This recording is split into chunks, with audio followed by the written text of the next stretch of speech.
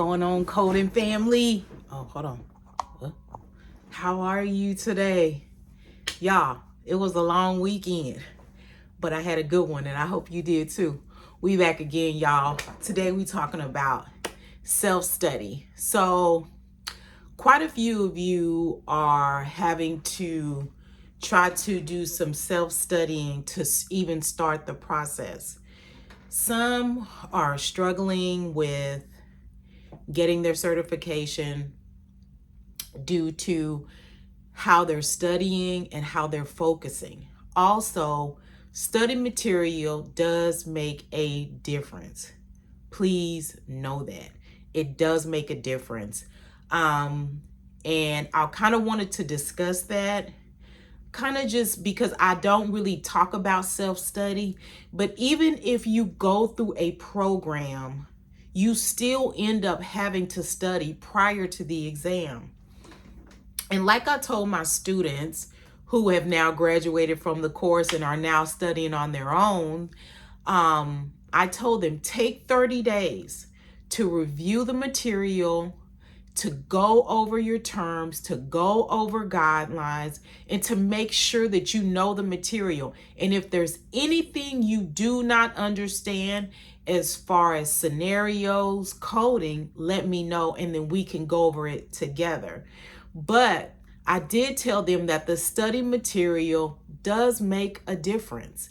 The AAPC study guide is a gem. It is golden. I would advise anyone, if you're studying for the certification to become a CPC, that getting this study guide will truly, truly help you. But also knowing how to study and when to study and what subjects to study, not over studying one subject and leaving behind another subject. That brings me into my study guide. I just got the hard copy in. We just got it in, and it is full of great information. It helps you to navigate how to study, what days to study, and when to study. And the study guide was really to help a coder, a future coder, to stay on track. Our days get so busy that we get so busy where sometimes we're off track and we don't know when the last time we studied, we don't know what we studied, and if we're going over anything different.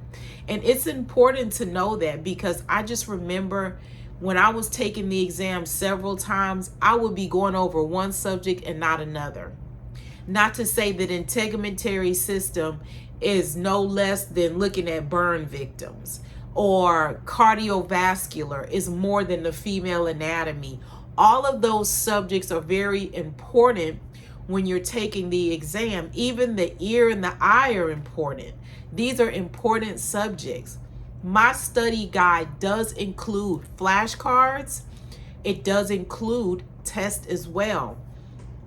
But also, I did use the CPC study guide to help me study as well.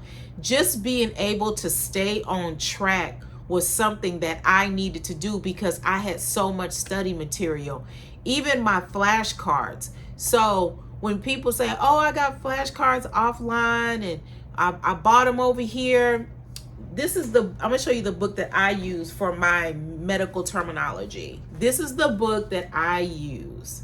I use this book faithfully. All of my flashcards came from this book and this book alone, because it gave diagrams, it gave scenarios, it gave the function, whatever area that I was looking in, from digestive to female to skin to the lymphatic system. This book was where I got all my flashcards. It's important. You can always print out flashcards. You can always order flashcards. But when you're writing medical terminology, it is good to write it down yourself. The medical term on the front of the flashcard and the definition on the back of the flashcard.